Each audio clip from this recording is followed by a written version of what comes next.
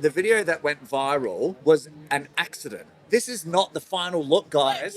I think I might take it down. It was jumping up by millions of views a day.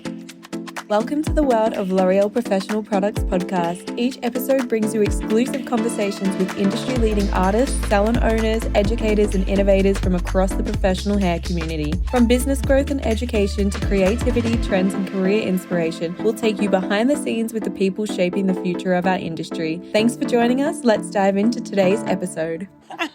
Hello. Yes, good, thanks. Perfect. We're All right. rolling. Matt, welcome to the World of L'Oreal podcast. Thank you. Tell everyone who you are. Hello, yes, good, thanks. My name is Matt Johnson. I've been part of the Matrix team for this is coming to my 15th year. Wow. And You're a dinosaur. a dinosaur. I'm old, I'm ancient, but I still look cute. Yes. Shade. Well, Amen. perfect for TV. Perfect for Perfect. TV. Whoa. You were a contestant on the block. Yes. Wowee. What impact did that have on your career? It was interesting because, we were on TV 54 episodes, right? And so people got to know us, right? And because they saw us every day, like I had people coming into my salon with no appointment. And they just rock up and want a hug or a picture. A photo. Oh my photo. gosh, you're famous. It was really quite bizarre. And my books grew, but I only cut hair in the salon, but I educate my staff with color and everything like that. So they do my color work and I do the cutting. So I'm generally booked out 2, 3, 4 weeks in advance. So my books grew and my business grew, but not crazily because people would have to wait a month to come and see me. Because they want you. They want me, Yeah. right? And so, but they were booking in appointments with the other girls, and then they'd have their phones up, like videoing me while I'd be in the salon. It was a bit bizarre, but Wow. that's all dying down a bit now. Yeah, which is cool. nice. Yeah. Yeah. Obviously, how long has it been since you stopped filming? We stopped filming in June last year, and then it was on TV from the first week of August until October.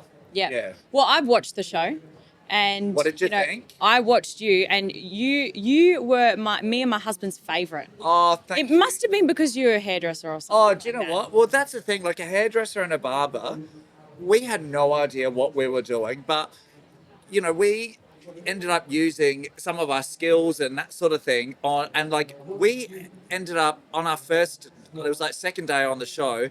Our plumber turned on the water and flooded our bathroom into the concrete. What? So I was on my hands and knees with a blow dryer drying the concrete, and because if I didn't have that, we wouldn't have been able to finish, and so we weren't allowed to use any sort of heat on it.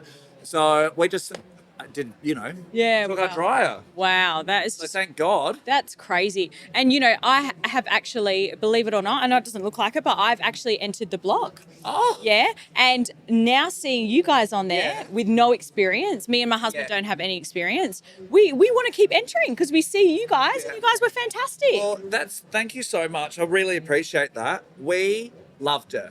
And I think, hairdressing and being business owners and managing teams of hairdressers, it was much easier for us to transition into that leadership role of managing trades and that sort of stuff because we manage staff in our businesses. Yeah, so the yeah. people that didn't have that experience, they tended to run into strife with, their people management. Coordinating. And Yeah. like multitasking because, in the salon, you'll have several colors on the go. There'll be clients coming and going. The phone will be ringing. You got to work out all your time management and that sort of stuff, as well as your staff. Yeah. Whereas it's the same on the block. Yeah, You've got so exactly. many moving parts all happening at once that, salon land, you could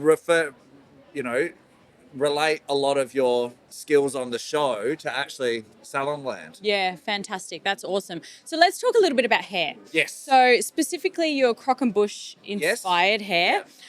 It got a lot of people talking Yeah. globally Yeah. as well. So where did that idea come from? Well, it was something that sort of evolved over time. So, being part of the global team with Matrix, we were doing shows all over the world and lots of stuff on stage. And so wanting to do something big and powerful and like strong that, it was, people went, ooh, when they, because I pulled the net up over the top of it. And when it transitions from being like big and fat to then having a complete different silhouette change. And quite often people would gasp or clap or that sort of thing. And it was interesting. So